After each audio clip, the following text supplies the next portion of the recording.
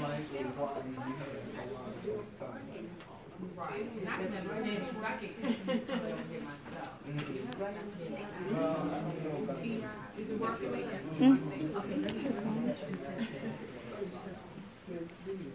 Hello, everybody that's coming in. Welcome. We're glad to have y'all.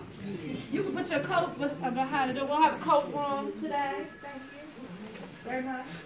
So relax yourself and welcome. Hello. Welcome, Facebook family.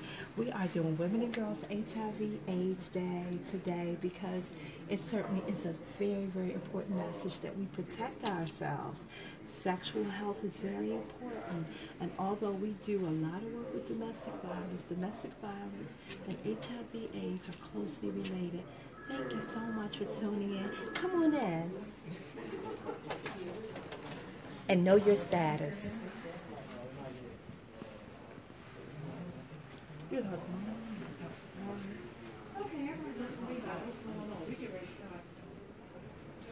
I thank you all so much for coming. I really, really do. How did we get here?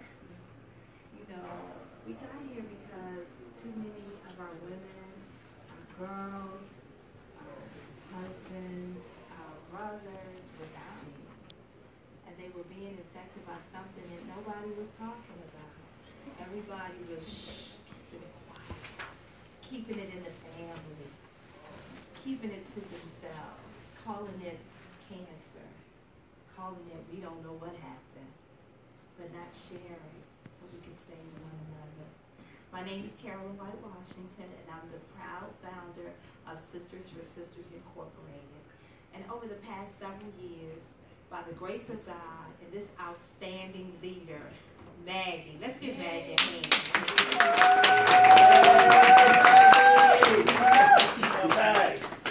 We have done at least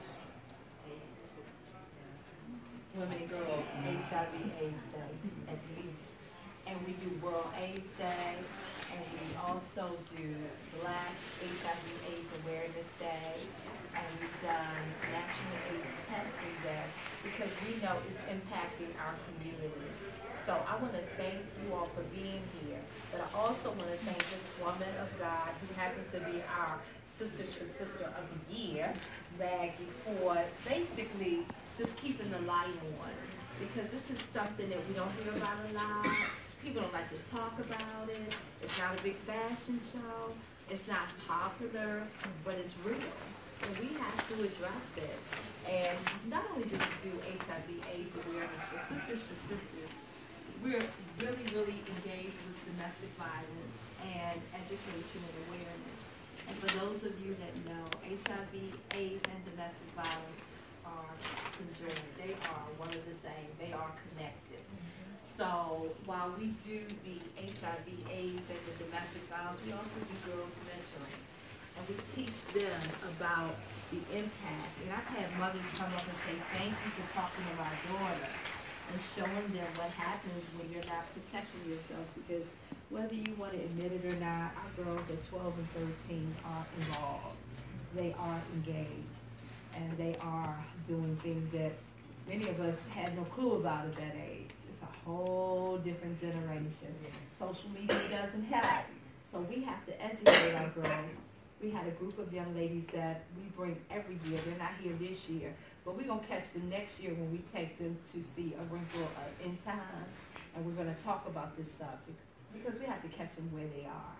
And so that's what we'll be doing next week. But I want to welcome you all. And if you haven't greeted someone next to you, just say hello. Glad to see you. That's welcome. Introduce yourself. What's your name? Karen, you by yourself. Thanks for coming. Oh, y'all got it? Okay, good. Well, this year's theme for the Women and Girls HIV/AIDS Day is Prevention Starts With Me. Erica, show them your shirt. Now, Miss Erica is modeling the shirt with the theme for the day. Let's give her a hand.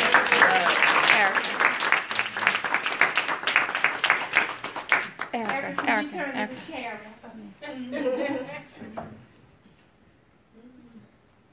And it does begin with that. We are ambassadors of hope. We are ambassadors of education and information. So what we gather here today, I'm praying you will take out to the community, to your church, to your sorority, to your fraternities, to your social organizations, and just to your family. What about that? Talk to you, the young people and the older people, everybody. For those that may not know, and I'm sure you know, who is a resident of Prince George's County? Let me see you. Raise your hand if you're a resident of Prince George's County. Okay. Well, I'm not sure if you're aware, but I'm sure that you are.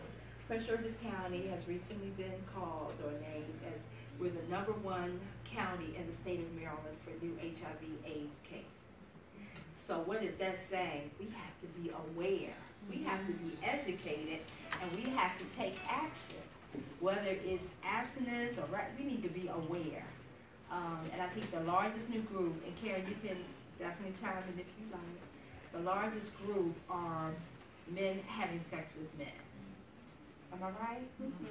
So with that said, these are men who don't consider themselves gay or homosexual. They're just hanging out, I guess.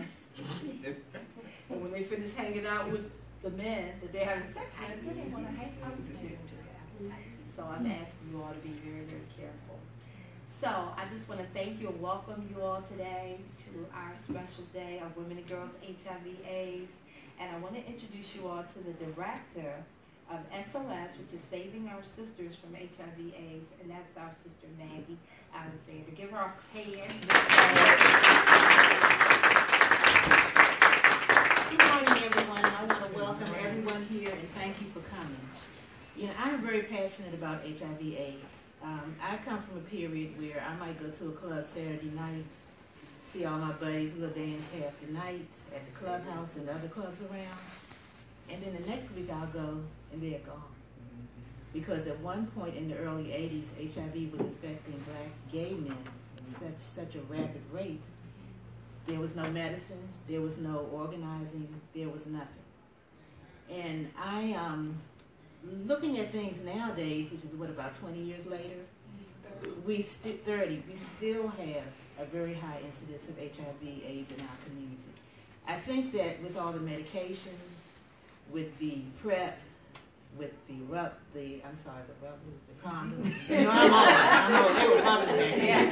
But with the condoms, people may have forgotten that, hey, HIV is here, HIV is ugly. You know, when it goes too far.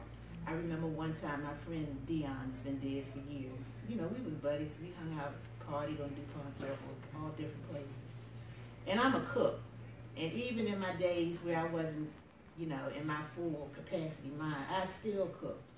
So I was supposed to cook Dion's dinner for him for Thanksgiving. Dion was going through a period of dementia. I went to his house. Everything in this lovely apartment on DuPont Circle was torn out the cabinets, thrown all over the floor. You know, and it scared me. And so I said, Dion, you know what? I said, I'm going to be right back. I didn't go back to cook dinner because number one, my mind wasn't right to deal with that. And, you know, I just went to do some other things to kind of get my mind off of what I had just seen. I didn't desert him as a friend, and I went back before, you know, after that. But I just want everybody to know that AIDS is not pretty. That's why we don't have a lot of people here, because it's not pretty. I don't know why people don't look at HIV the same way they look at cancer. That's right. You know, because it's a disease. Mm-hmm. And it's almost as manageable as cancer, isn't it? Mm-hmm. But we don't treat it as such. So that's why we're forgetting what it can really do. That's why I said what it can do. People may not get that way now. But another thing we have to be aware of is that people and women who are HIV positive, sometimes they're too depressed. Sometimes they don't want to go and have treatment. They don't get treatment. So if they don't get treatment, guess what? They'll be like my friend Dion. There could be a lot of those women out walking. I said women, Lord have mercy. A lot of those women walking the street now, you know, that we think, oh, they're crazy. They had too many drugs or whatever. They could be HIV positive, and they could have reached the point of having dementia because they were victims of domestic violence. They felt people didn't love them. This AIDS stigma, and they didn't get treatment. And men as well. Don't want to ignore. And thank you for coming. That's my coworker Chrissy. That's what I call her, and her brother. So thank you for bringing this man, because he can go out and spread this to the community as well. But anyway, let me be quiet. And I'm going to call Mother June to come up and open us up with prayer. I'm going to call our panelists up. Erica, our esteemed survivor, Reverend Dana, and his doctor. Oh, great, thank you. She's here. And our panelists, the panel discussion today is going to surround around their knowledge and thoughts on HIV and AIDS in the new millennium and its effect on women and girls. They will each share their experiences as it relates to where they come from and what type of work they do in the area. And you can ask some questions, and then we'll have an entertainment section. So, thank you so much. So listen everyone, get tested. It's For those of you who are not videoing, can you all stand up and we try to join hands know your status. so that we can be connected?